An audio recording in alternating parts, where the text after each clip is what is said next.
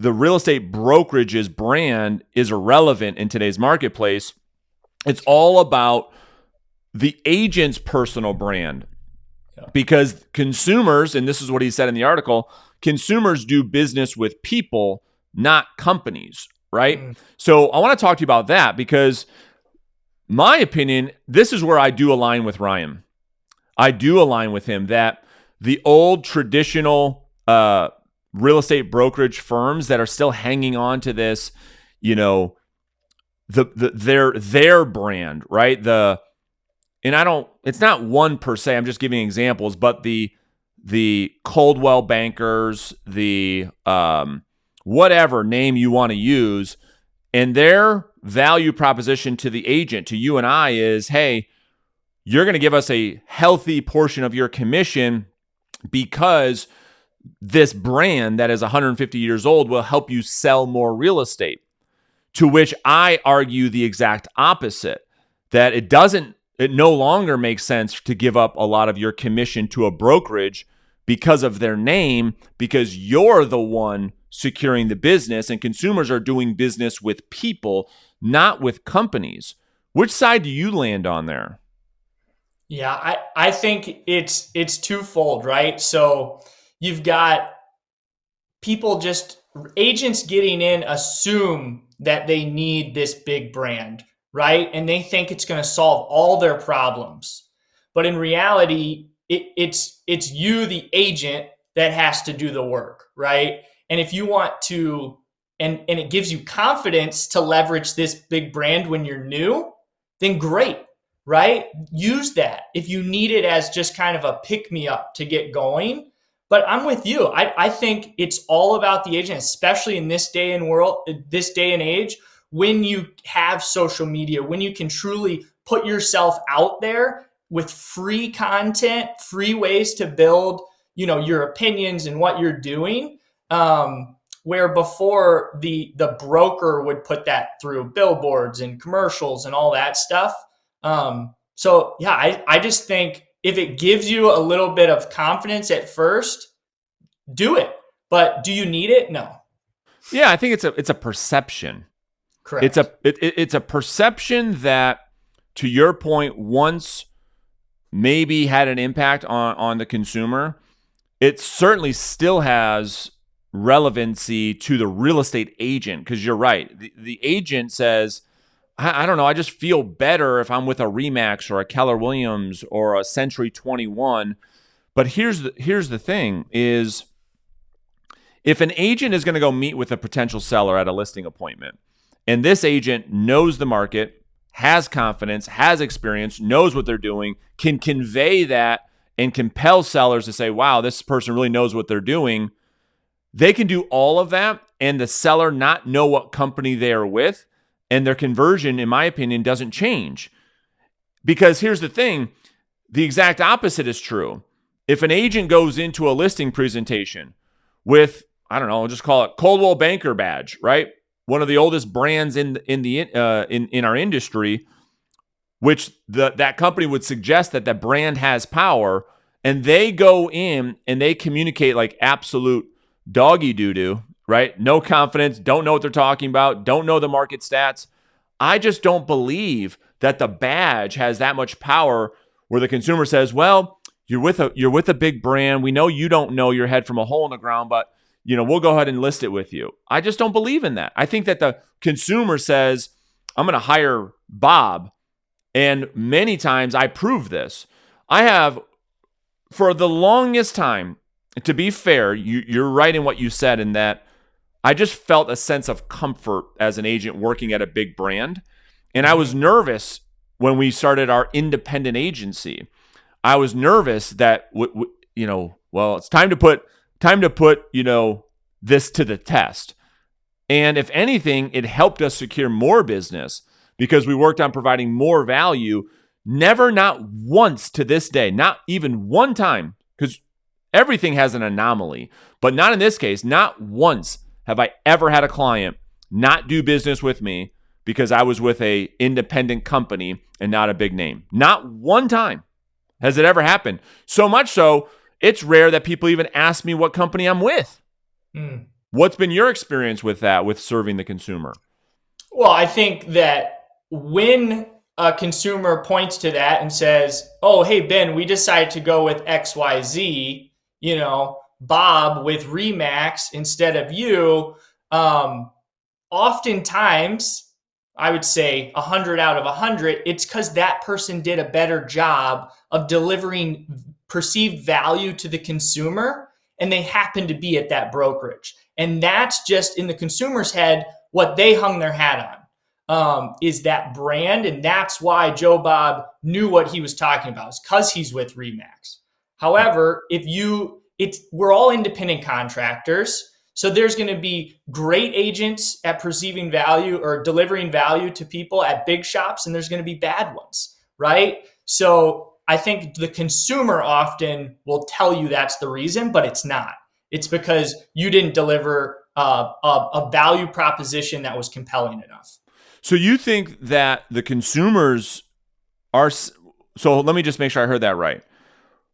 Are you suggesting that the consumer, there's no right or wrong, this is good conversation, Yeah. that the consumer hangs their hat on the person or the company that made them decide? I think that they absolutely hang it on the person, but when the consumer tells the other agent why they went with the other person, they say, "I went with so and so with Remax." The losing agent says, "Oh, he chose him because of Remax." Yes, okay, that's what I thought you said, because I think when you said it Backwards. differently. Yeah, Yeah. backwards. So that's what I thought you were saying, because I agree 100%. The losing agent says, "Oh, I lost a Remax." No, you didn't lose a Correct. Remax. You lost to Bob, who's a better agent, who has more confidence, who's a better salesperson, Correct. who gave more confidence to the seller that just happened to be at Remax. Exactly. Yeah, that makes a lot of sense. And so my position now is I am under the belief that these traditional brokerages need to change. And it's hard and I'd love to debate this with anybody who sees this differently, but I'll walk people through quickly the evolution of real estate brokerage. It's started off with the traditional brands, and Ben, you and I would go work at these brands, and to your point, that brokerage would bring us in all of our opportunities. So it made sense that we would split our commission 50-50. The brokerage would give you an office. The brokerage would give you a phone. The brokerage would give you a secretary and an assistant. This is going back, we're talking, 50, 60, 70 years. And then what happened in in the 80s, this guy named Gary Keller came out and he created the cap model, which was like revolutionary. It changed brokerages forever. And the agent's like, "Yeah, why am I giving up so much money to this traditional broker? It makes sense to cap it out." And Gary deserves a lot of credit, because he was the first one who said, brokerages need to be for the agent, and they need to build a personal brand. That's when everything went kind of haywire. All these teams started popping up, and agents for the first time ever started branding themselves, right, as the brand. The so-and-so team, the realtor. That was all a Keller Williams thing. Cool. Then Remax comes out with a 100% concept. That changed everything. And so, yeah, am I under the belief that these traditional brokerage models that still have a franchise fee that never goes away and still charging these commission splits that don't cap out, are they in trouble per se? I don't know if they're in trouble. I think they need to evolve. And I have met with some of the CEOs, and I think some of them are finally starting to agree. Like, yeah, I mean, for an agent to come here that is an established, successful business person, they're going to give me 42% of their commission forever and pay me $400,000 if they're going to make $1 million in GCI. I don't think so. What's your belief on that? I mean, do you think that the place for an agent to do that makes any sense? No, absolutely not. And this goes into a whole nother debate and opinion. So what I would say is what we've moved away from is what you described. And now where agents are going is the team, because they are getting the leads, they are getting the leverage. to launch their business. So instead of what before was the brokerage, now is the team. Great And point. and it makes sense to give up 50% to be on that team to launch and get the leads and the leverage and all those things to learn the business. Great point. Great point. Because I think I missed that just a minute ago, is that like there's actually two sides of it.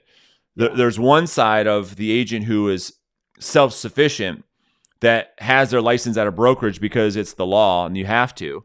Yeah. But they don't really need anything from the brokerage. That agent, I just don't see the world where they're going to give up 20, 30, 40% of their commission any longer. I think those are gone. That's Agreed. one side. But the other side, to your point, is there is a case to be made for a 50-50 split where it actually makes a lot of sense for the agent because of how real estate started.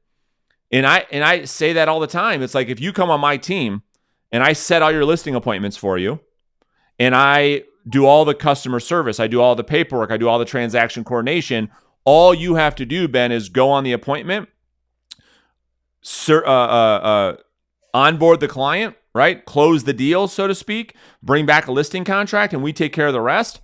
Yeah. And as a result, your net taxable income at the end of the year is more than what you are making by yourself.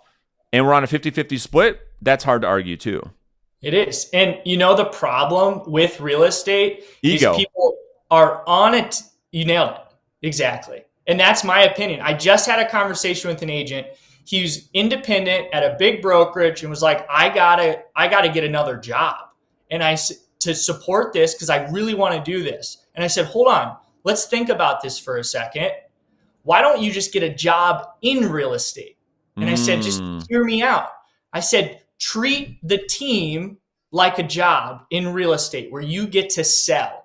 Okay. So join this team.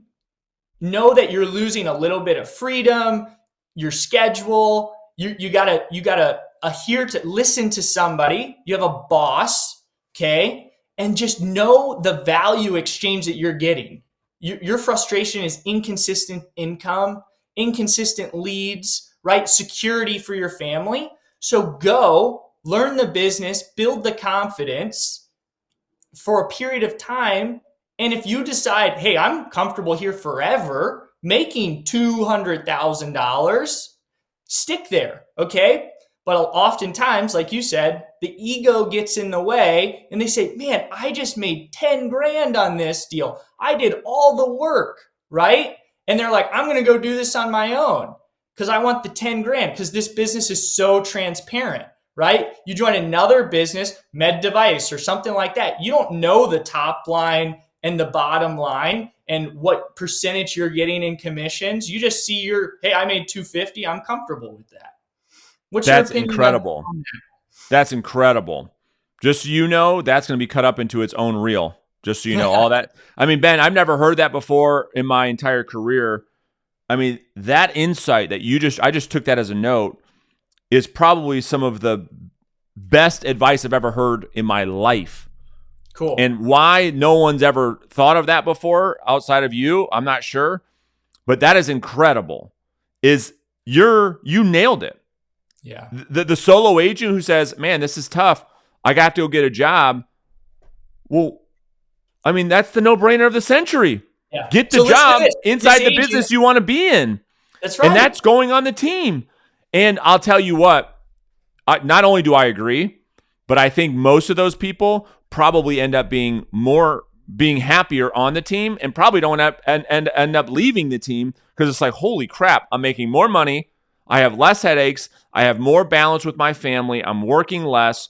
I don't have to do all this stuff I don't like to do. I can just do client servicing things, sales activities. I don't have to worry about any admin stuff. This is pretty good, But to your point, that becomes the job because everybody's running away from that structure, that accountability, having the boss.